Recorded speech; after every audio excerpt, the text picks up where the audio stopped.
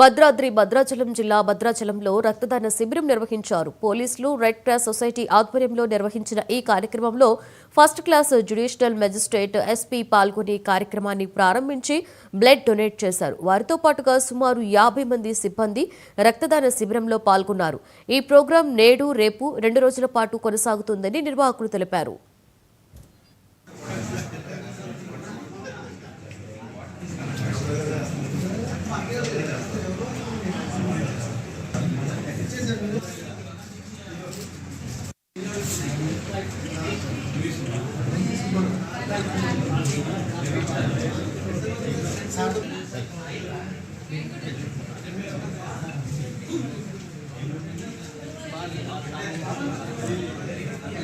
Pardo.